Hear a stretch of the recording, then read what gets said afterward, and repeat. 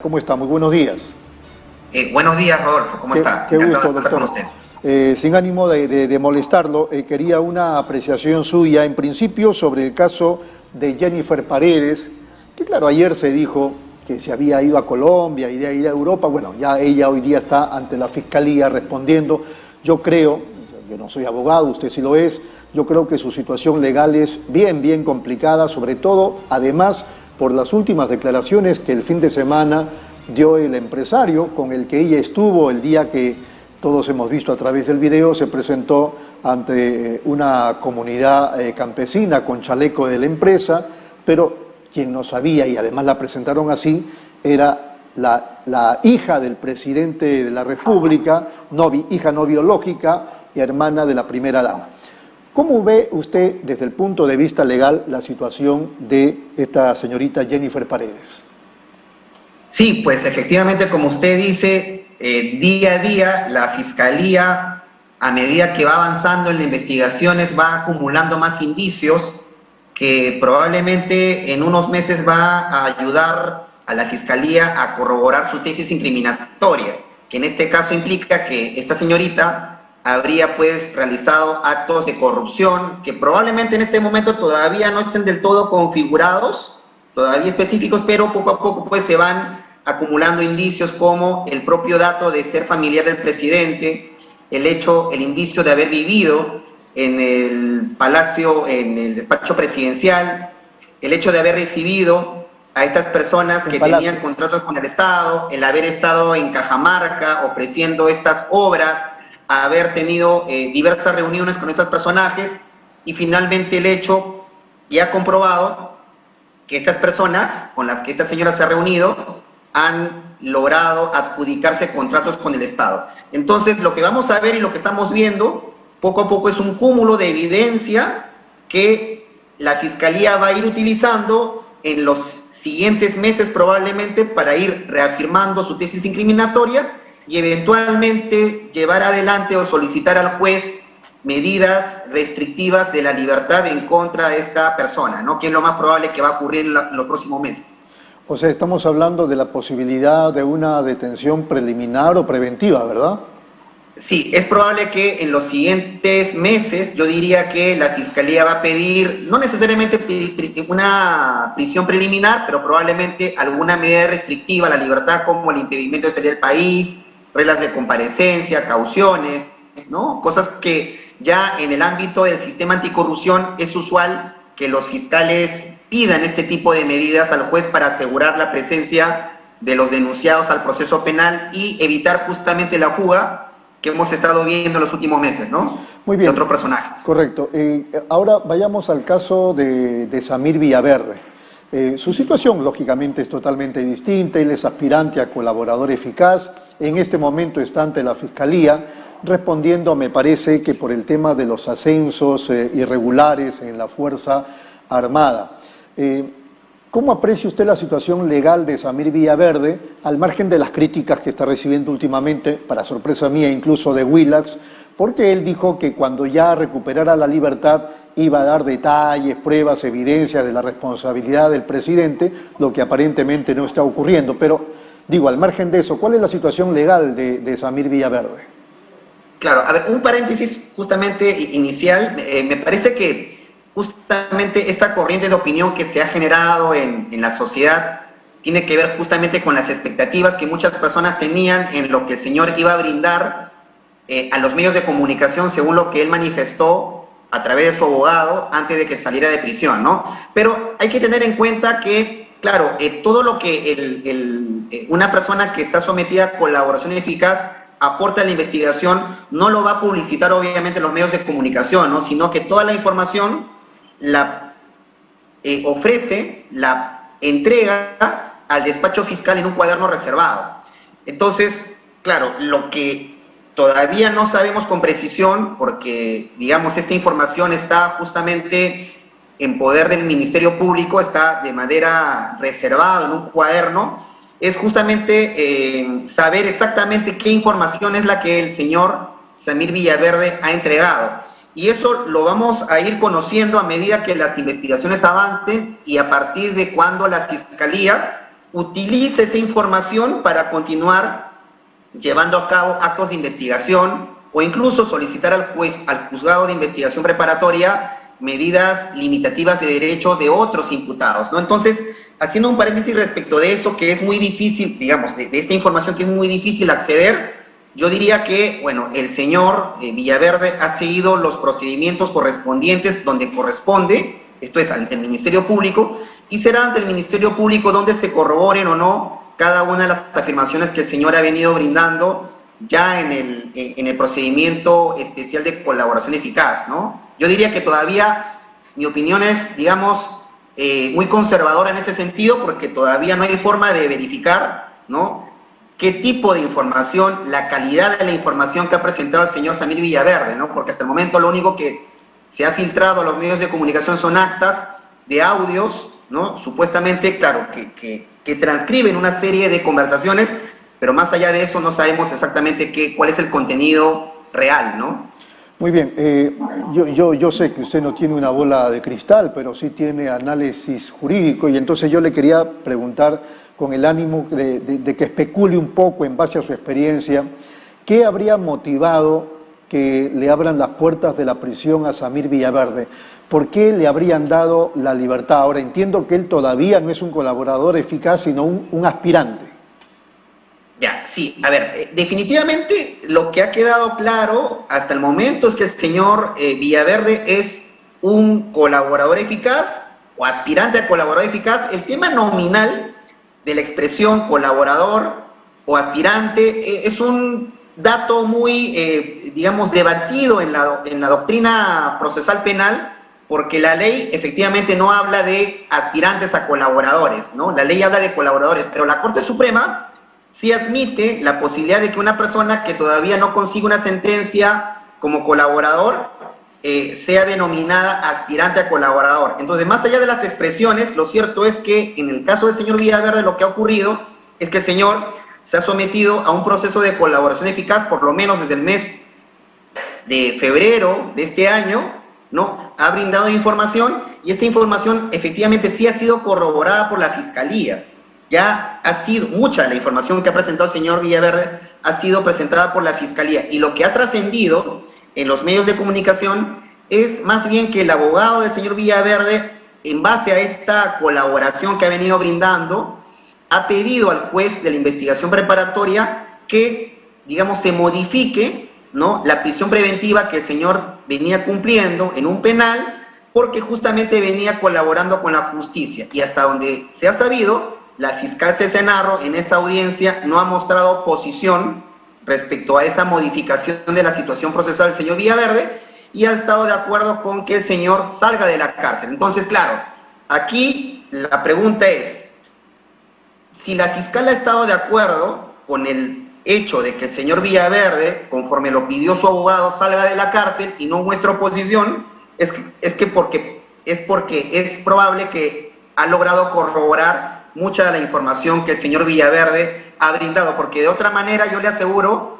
¿no?, según mi experiencia, que la fiscal, si hubiese dudado de la calidad de la información presentada hasta el momento por el señor Villaverde, probablemente hubiese mostrado su oposición ante la variación de la medida cautelar que venía cumpliendo el señor Villaverde, ¿no? Entonces yo hasta aquí, yo diría que la fiscal, si ha estado de acuerdo con que el señor salga de la cárcel, es porque ha logrado corroborar gran parte de la información que hasta el momento le ha presentado el señor Villaverde, ¿no?, a su despacho.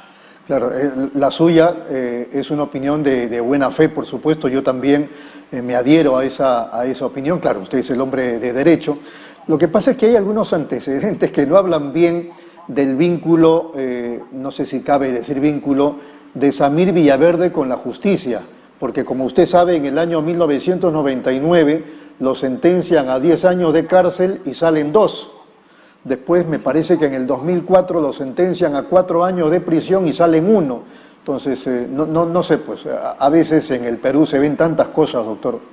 No, yo estoy de acuerdo con usted, ¿no? Pero justamente, digamos, lo que nos permite medir la fiabilidad de la información que el señor Villaverde ha entregado a la Fiscalía es que no solamente la fiscal, digamos, no mostró oposición a la salida del señor Villaverde del penal, sino que eso fue controlado, esa solicitud del abogado fue controlado por el juez, ¿no? Y ha sido el juez quien finalmente, al revisar esa información, probablemente ha tenido que verificar la información, o sea, no solamente conformarse con el dicho de la fiscal y del abogado, ¿no? Sino también verificar qué tipo de información el señor Villaverde ha brindado, ¿no? Y en base a esa información, llegar a concluir de que efectivamente el señor está colaborando con la justicia y por eso es que ha ordenado que el señor salga de la cárcel. Entonces, yo diría, claro, siempre las personas solemos ser, digamos, escépticos y efectivamente nunca está de más, digamos, levantar una ceja, pero, digamos, yo me permitiría afirmar de que es bien difícil que el juez,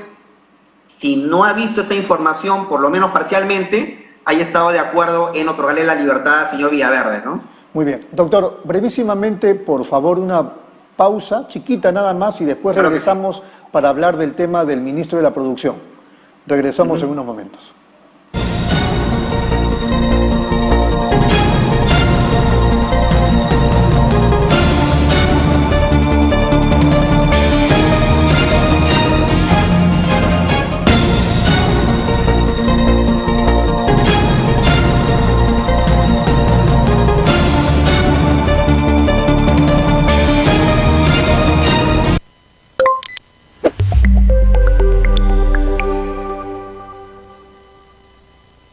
¿Buscas lo mejor para tu hogar? En Plaza Hogar podrás elegir, diseñar y plasmar todas tus ideas. Todo lo que soñaste está en Plaza Hogar. Diseños exclusivos y precios sin competencia. ¡Cómprale al Perú! Ven a Plaza Hogar. La emoción de encontrar lo mejor para tu hogar. Avenida Angamos, 1551 Surquillo.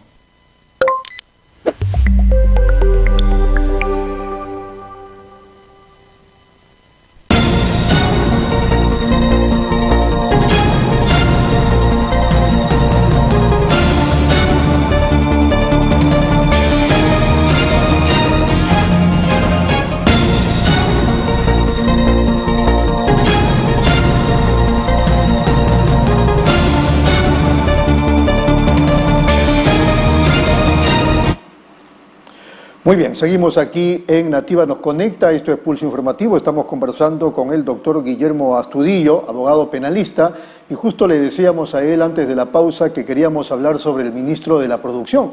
El contexto es el siguiente, el que ustedes ya conocen.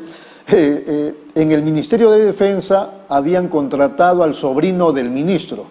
El ministro dice que él es el primer sorprendido, que no sabía nada. Sin embargo, hay videos, fotografías, donde en las actividades del ministro se le ve junto a su sobrino. Y en apariencia habría recibido a través de 2 órdenes de servicio más o menos unos 40.000 o más de 40.000 soles. ¿Qué le parece eso y hasta qué punto es sancionable? Porque entiendo que es un delito de nepotismo, ¿o no? A ver, sí, es muy buena pregunta, Rodolfo. Fíjese, el nepotismo como tal no constituye delito en el Código Penal.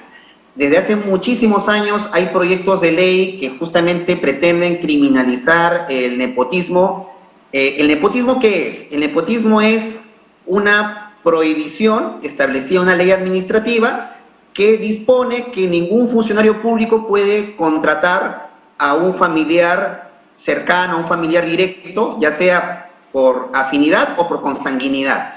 Y existe una ley de nepotismo que lo prohíbe. Pero como le comento, hace muchos años hay diversos proyectos de ley que lamentablemente no han sido aprobados hasta el momento por el Congreso de la República y que han intentado sancionar esa conducta que ya constituye una infracción según la ley del nepotismo, ¿no? Que, como le digo, constituye una infracción administrativa. Ahora, lo que normalmente ocurre en la práctica judicial, cuando hay justamente este tipo de contrataciones indebidas, que no solamente constituyen nepotismo, según la ley de nepotismo, sino que dan lugar, según la jurisprudencia de la Corte Suprema, a algunos comportamientos criminales de corrupción de funcionarios relacionados con el nepotismo, ¿no? Y entre ellos, por ejemplo, tenemos el delito, por ejemplo, de peculado, ¿no? El peculado, que es cuando un funcionario público directamente o en favor de otra persona se apropia de recursos del Estado. Entonces, lo que ha hecho la Corte Suprema, la práctica judicial, cuando descubre estos actos de nepotismo, es decir, por ejemplo, un alcalde que contrata a su nuera, ¿no?, que contrata en la municipalidad a su sobrino, como en este caso, lo que hace la Fiscalía es denunciar penalmente como delito de peculado al alcalde y a ese familiar que accedió indebidamente a ese cargo público, y se suele sancionar ese tipo de comportamientos como actos de peculado y normalmente también en concurso con el delito de nombramiento ilegal para cargo público, ¿no? ¿Qué es el nombramiento ilegal para cargo público? Ese sí es un delito que tiene una pena muy baja en el Código Penal, pero que sanciona el acto del funcionario que nombra, ¿no?, a su familiar, por ejemplo, o a una persona en un cargo de confianza, en un cargo público, cuando éste no tiene los méritos necesarios o el perfil para asumir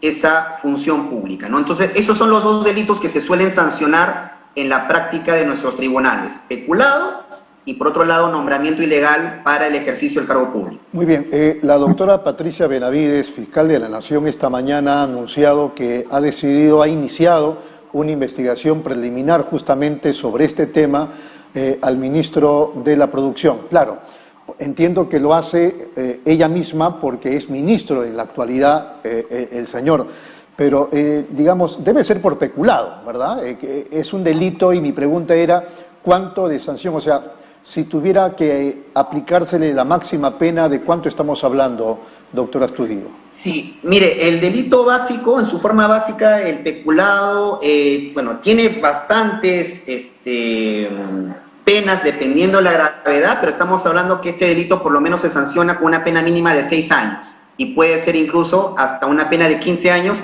dependiendo de la gravedad, de los recursos, de los montos comprometidos en agravio del Estado. No puede ser hasta 15 años, ¿no? Pero en su tipo básico es por lo menos 6 años. Claro, pero le corresponde la investigación al más alto nivel de la Fiscalía por ser ministro, ¿verdad? Así es, en este caso le corresponde a la fiscal de la Nación iniciar la investigación preliminar y llevar a cabo todas las diligencias para justamente verificar la información que se ha hecho de conocimiento público. Y ahí no es como en el caso del presidente, que se suspende la investigación ni nada. Ahí sí se puede investigar y acusar. Efectivamente, no hay limitación alguna en este caso para que pueda justamente procederse con la investigación preliminar, pero claro que estamos hablando de un procedimiento de acusación constitucional, ¿no es cierto? Es decir, que cuando la Fiscalía tenga ya la evidencia suficiente para continuar con el proceso penal, lo que tiene que hacer la fiscal de la Nación es presentar la denuncia constitucional ante la Subcomisión de Acusaciones Constitucionales para que se siga el trámite correspondiente en el Congreso de la República. Correcto, es un tema válido e importante que lo mencione. Bueno, qué contexto tan difícil. Yo un poco abusando, usted es abogado penalista, pero también es un hombre de a pie, también le duele el país. ¿No supone usted que como ciudadano, la pregunta es como al ciudadano Astudillo, que el presidente de la República, frente a ese contexto que estamos hablando, no debiera haberle dicho, oye, renuncia o te voy a renunciar? O sea, no puede seguir en el cargo de ministro.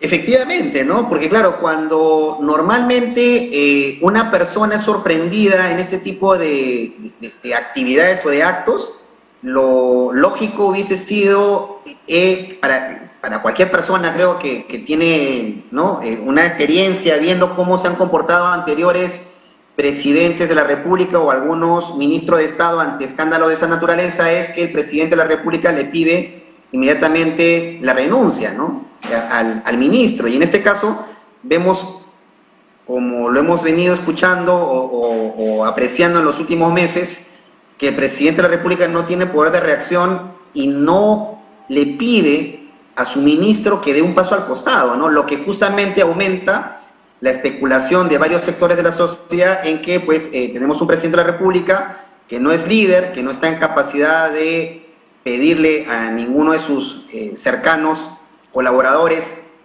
la renuncia y evitar justamente este daño a la imagen presidencial, ¿no?, que le justamente viene ocasionando una baja de su popularidad. Así es. Doctora Astudillo, ha sido muy amable, como siempre, y usted claro, muy frontal, y estamos en contacto, muy gentil.